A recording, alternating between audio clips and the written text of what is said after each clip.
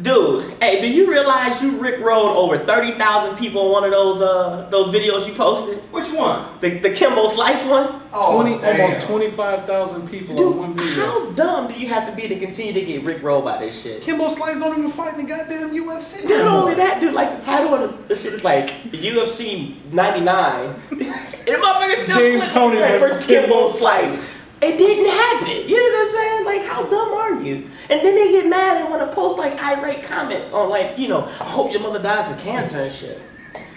I'm sorry for your fucking stupidity. Stupid is as stupid does. It's over!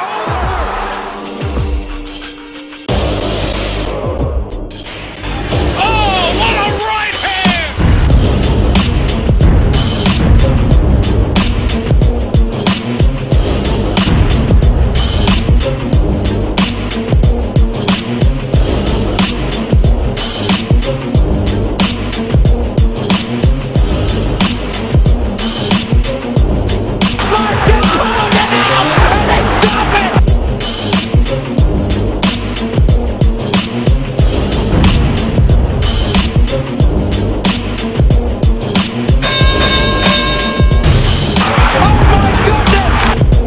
Welcome to InDaClinch with Chuck and D. I'm Chuck. And I want to be like Dan Hendo Henderson when I grow up. That's what's up. Dude, that Woo! dude. Hey, big shout out to Dan Henderson, man. I'm telling you, this man continues to amaze me on every level, and it's a disgrace that the UFC let this man slip through their fingers. Well, it's all about wanting to get younger and wanting to get the new talent in. But it's something about it's the same thing with like pushing Chuck and also Randy to the wayside too. But dude, at 40 years old, this dude is still fighting at a really high level. Dude. And I'm gonna be honest with you. Had it not been that his jiu-jitsu wasn't as good as Jake Shields, he probably would have beat Jake Shields. Right. And I just want to say, this dude that he fought, what's his name? Fejao. This dude that he fought walks around at about 240. Yeah, Rafael Fejao is not. Hey, he's a big. he's a dude. big dude. I mean, it looked for a 205 for a fight at 205. It looked ridiculously over. He looked way bigger. He looked than way Dan Henderson. bigger. He looked a I'm lot tell you bigger. something. Hey, when he caught Dan a couple of good times. Dan Henderson must have like what's the medal that Wolverine has? That adamantium in his chin, dude. Because he took the shot. Hey, he got hit. He went hugged the hell out of that leg and got back up. But hey, Strikforce put on another good superb show. Really good fights. We won't spend too much time on the reviews this week, but the Strikforce Tim card. Kennedy looked good. Tim Kennedy versus Melvin Manoff, dude. I'm gonna tell you something. Manoff, I was afraid for Kennedy at one point. He kicked Kennedy. Kennedy fell down, and Kennedy was like, "Fuck this! I'm taking this big gorilla-looking dude to the mat." And what'd he do? He got him on his back, worked him, and choked him out.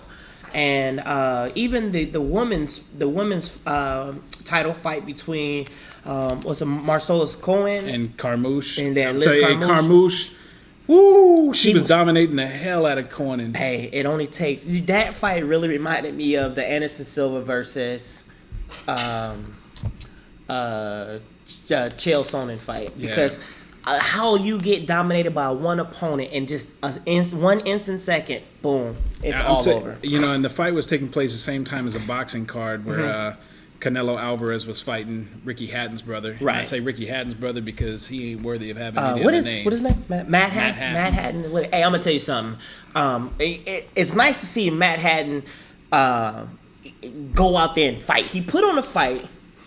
I'm not too enthused with the antics that he put on during the fight. It's a disgrace to boxing. It is a disgrace to boxing. Look for a win any way he possibly can, especially when he was the one that was initiating the foul play. Right. But the Strikeforce card was much better in my opinion. It was that night. Yes, it was. And then also we had the UFC live last week and on versus.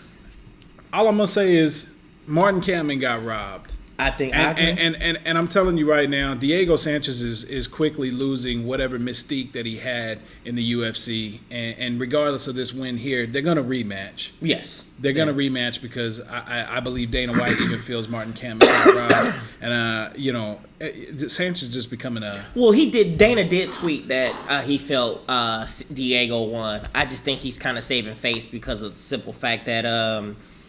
you can't have 2 draws in a row, and then because that potentially could have been the number 1 contender fight for whoever wins between GSP and Jake Shields. Right, and I mean, all I'm going to say is that this is, and we're not going to get into this deep right now, but they really need to come out with a unified scoring system. Yes, because these judges are boxing judges, and I don't think they grasp the concept of MMA yet. Right. That being said, let's review the fight is coming up the fights that are coming up in 2 weeks. Probably UFC's best fight card of this year. UFC 128, John Bones Jones versus Shogun Rua.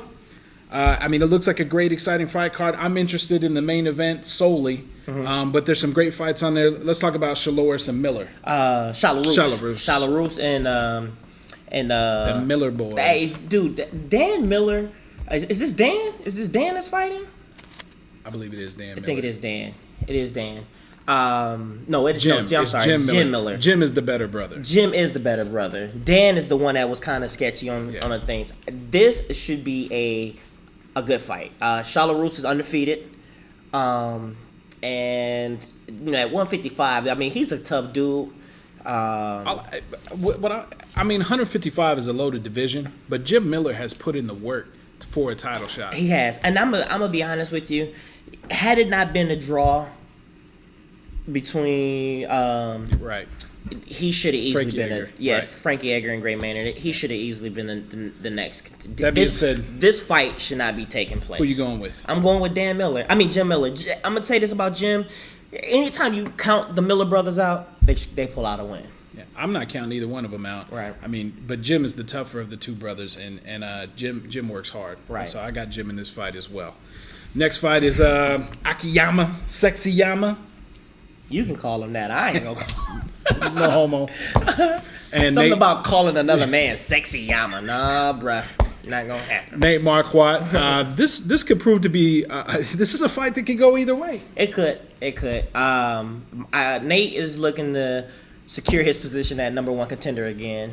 Which I'm gonna say this: whoever wins this fight needs to go fight Bisman and knock him the fuck out. I can see that happening. So that's all I'm gonna say. So with that being said, I'm gonna go with Akiyama on this one. You go Akiyama. I'm sorry. I gotta go with the height advantage. And I'm not taking anything away from Nate. Nate is a really good fighter, really good striker. He fights out of a beast of a camp. He does. But I'm gonna tell you something. Akiyama is known to take punishment, and even though Marquardt can dish it out, I don't think Marquardt could last. I'm going with Nate Marquardt. I think this fight goes to the ground. Nate Marquardt is a great wrestler, great grappler, and a great Brazilian jiu-jitsu artist. So I'm going with Nate Marquardt on that one. Cool. Next fight, Matt Schaub versus... No. Brendan Schaub. Excuse me, Brendan Schaub. Matt Schaub. It's an understandable mistake. It's no different than you calling Jim Miller Dan Miller. Well, I mean, it is his brother. I mean, it's not a Matt Schaub. Matt Schaub plays in the NFL. Well, they both used to play in the NFL. That's true. Well, one still does. Anyways, Mirko Cro Cop versus Brendan Schaub. This would be an interesting fight. I know you probably don't think so. I'm just saying I think Brendan's a tough opponent. But Cro Cop is a scary dude. Cro Cop is a scary dude. Right leg cemetery, left leg hospital. That being said, man, there's a big height advantage, big reach advantage for Brendan Schaub. Mm-hmm. I think Brendan Schaub is going to be way too busy for Mirko Cro Cop. I mean, in all honesty, Mirko beat our man, Pat Barry. But if Pat Barry doesn't break his hand and his foot in that fight, Pat Barry wins that fight against Mirko Cro Cop. True. Just calling it. True. Brendan Schaub. But Brendan Schaub is not Pat Barry. Brendan Schaub is not Pat Barry, but Brendan Schaub doesn't have as talented of a striking ability as Pat Barry. Height and Okay, and range. Oh, you know what? Yeah, okay, yes. He is 2 inches taller. So who you got? Who you got? What made the? I just want to ask you a question. Okay. Because we didn't address this in our review. Mm-hmm. You went with BJ Penn. I did. What made the difference in the BJ Penn Matt Fitch fight? I mean, not Matt Fitch. You stuck on Matt? I don't know what it is. Matt. Something about Matt today. John Fitch? John Fitch.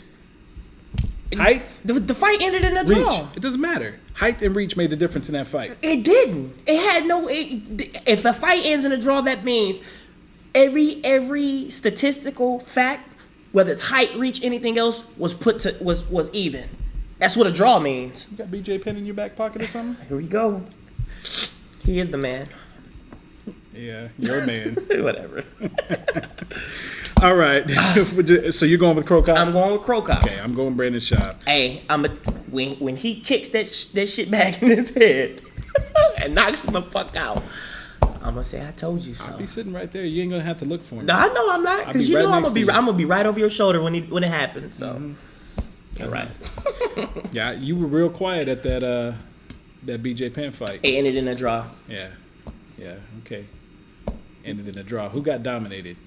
Dude, BJ Penn was dominated in that fight. why? Who did we watch the same fucking Yeah, fight? we did watch the same fight. Oh, you gotta be, dude. Everybody.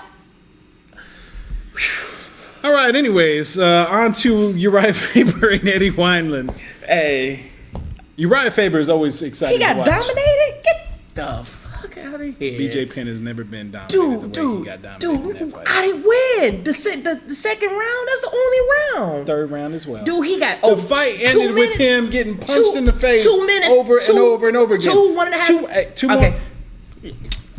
Faber and Wineland. Thank you. Let's stick with the now. All right. BJ Penn lover. Hey, he's the man. Yeah, your man. Stupid. I think this is gonna be a good fight.